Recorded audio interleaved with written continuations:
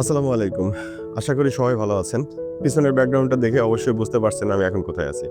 আমি এখন আছি ইংল্যান্ডের রাজধানী লন্ডন এর টাওয়ার ব্রিজের সামনে। আমি অসংখ্য ধন্যবাদ জানাই ইমরান ভাই এবং রোমিং ট্যুর অ্যান্ড ট্রাভেলসকে। কারণ আমার সম্পূর্ণ ভিসা প্রসেসিং তারাই করে দেয়।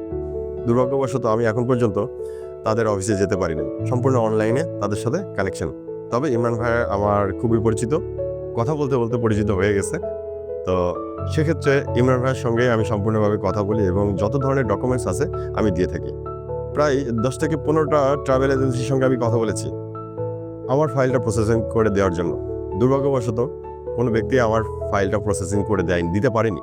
কারণ আমি একজন ফ্রিল্যান্সার। কারণ আমার যেসব ডকুমেন্টস দিয়ে তারা এপ্লাই করবে সেই ধরনের ডকুমেন্টসগুলো মানে আমার কাছে নেই। তো এই কারণে রোমিং ট্যুর অ্যান্ড ট্রাভেলসের ইমরান ভাই যখন আমার কথা শুনলো যে এই ব্যাপার, তো কোনো ট্রাভেল এজেন্সি আমার ফাইলগুলো প্রসেসিং করে দিতে পারছে না।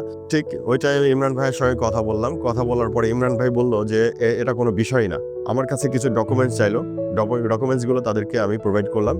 পরবর্তী থেকে যতগুলো কান্ট্রি ঘুরেছি একটা দেশ ব্যতীত প্রায় ৭ থেকে ৮টা দেশ আমার ঘোরা আছে।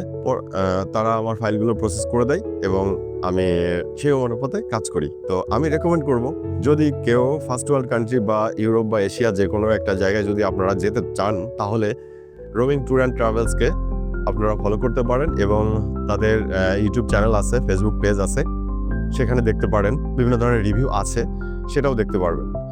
আর আমি অবশ্যই রেকমেন্ড করব আপনারা রোমিং ট্যুর অ্যান্ড ট্রাভেলসের কাছে যান এবং তাদের সঙ্গে কথা বলুন এবং তাদের সঙ্গে কথা বললেই আপনি সঠিক একটা গাইডলাইন্স পাবেন যে কিভাবে আপনি কোনভাবে আপনার ফাইলটা প্রসেসিং করবেন। আশা করি ভালো থাকবেন, সুস্থ থাকবেন, এই আশা করি। আল্লাহ হাফেজ।